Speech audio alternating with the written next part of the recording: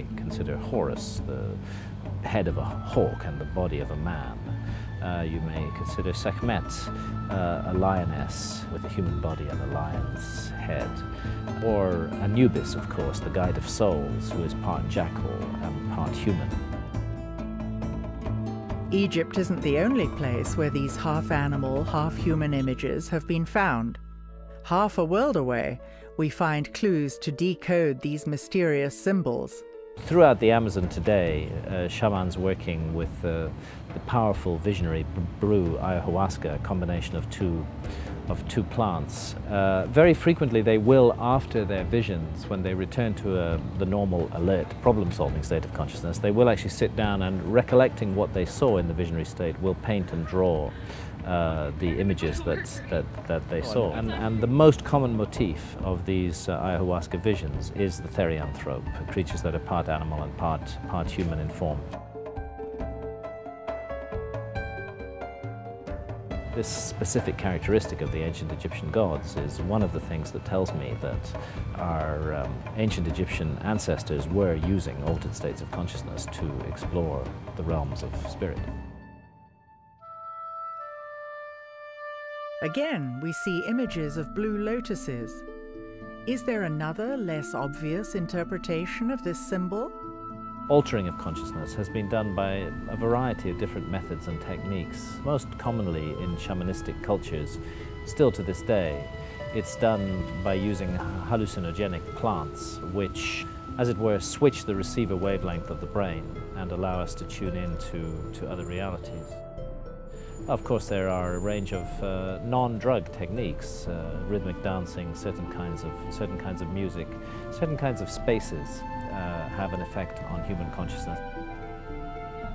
But there's a great deal of evidence that they made use of a potion involving the blue lotus and the mandrake root, possibly also the opium poppy as well, to enter a visionary state, and in that visionary state to explore, navigate, and learn about the realm that lies beyond death.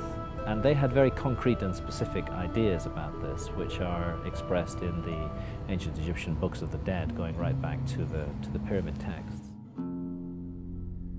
This was not a work of imagination on the part of the priests.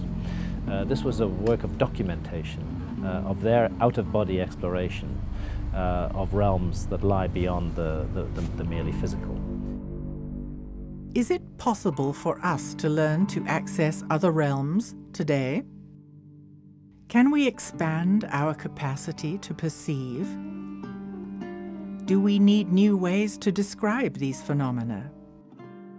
If I come today and say, I saw you in my dream, you're going to ask me, what did you see? Then I say the dream. Now, did I show you? The verb see is not there, because I did see you in my dream, but not with my eyes, because I was asleep. So how did that happen? It must be a sense put all this vision to me without my eyes. But I still, when I speak, limit vocabularities to say, I saw you in my dream. No, I didn't see you. But there's no other way to say it. Could the ancients have mastered innate human abilities that we have forgotten? You can't tell if that bird on the tree is happy or frightened from a cat. Yeah? You can't tell that the donkey is annoyed or happy by the vibration, the sound. And that's what we want us to notice, the sound. It's not the word you said, it's how being said. You can tell if this vibration, the truth or not truth. It's natural. Healthy people, they use all the senses, the full capacity of senses.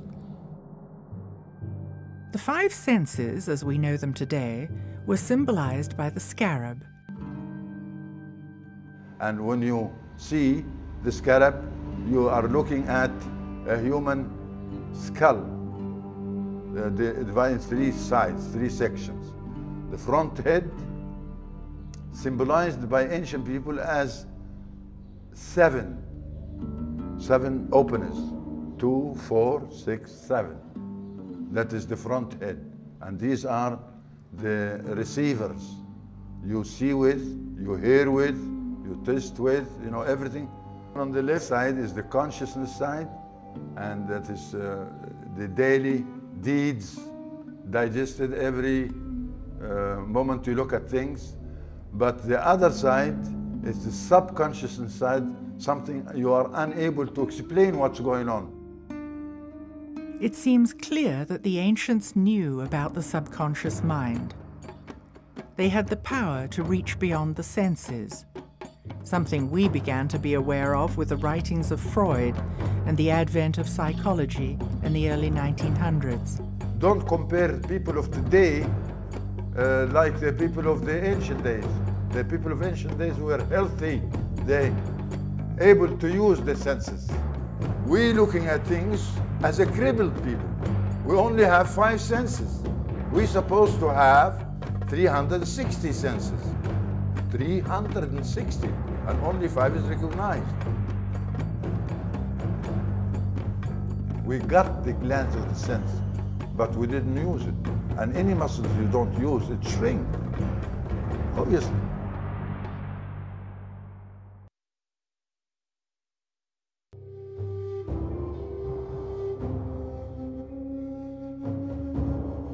How can we begin to imagine that the ancients had the capacity of 360 senses?